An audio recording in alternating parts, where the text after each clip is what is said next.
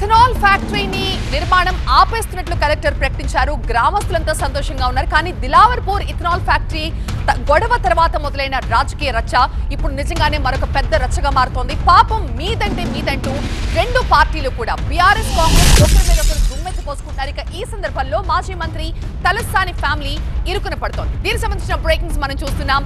Ethanol factory విషయంలో తలసానిపై కాంగ్రెస్ తీవ్ర ఆరోపణలు చేస్తోంది. ఈ ఫ్యాక్టరీ డైరెక్టర్స్ లో ఒకరు తలసాని కుమారుడే అంటూ టీపీసీసీ చీఫ్ మహేష్ గౌడ్ ఆరోపణలు చేస్తున్నారు. అయితే కాంగ్రెస్ నేతల ఆరోపణలకు తలసాని కౌంటర్ ఇచ్చే ప్రయత్నం చేస్తున్నారు. ఇథనాల్ కంపెనీతో మాకు ఎలాంటి సంబంధం లేదు అంటున్నారు ఈ మాజీ మంత్రి. కంపెనీలో మా కుటుంబ సభ్యులు ఎవరూ లేరు అని తలసాని అంటున్నారు. 8 ఏళ్ల క్రితం తన కుమారుడు శంకర్ గారు ఫుడ్ కార్ట్ బిజినెస్ చేస్తూ నెలకి 1,00,000 వరకు సంపాదిస్తున్నారు. మీరు వీరి నుండి ఈ బిజినెస్ గురించి నేర్చుకోవాలా? అయితే ఫ్రీడమ్ యాప్ని డౌన్లోడ్ చేసుకోండి. టీఎంకే కంపెనీలో డైరెక్టర్ గా ఉన్నాడు అని చెప్తున్నారు. అయితే నిర్మల్ వెళ్లి ఈ విషయాలన్నీ కూడా నిరూపించాలి అని కూడా మాజీ మంత్రి చెప్తూ ఉన్నారు. పెట్టుబడులు ఉన్నట్లుగా నిరూపిస్తే మొత్తం మీకే రాసిస్తామంటున్నారు తలసాని.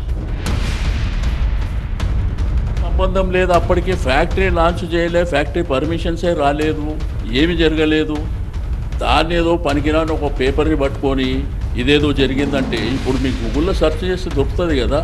ఇక్కడ జరుగుతున్నటువంటి నిర్మల్ దిలావర్పూర్కు సంబంధించింది అది. దీనికి ఎటువంటి సంబంధం లేదు.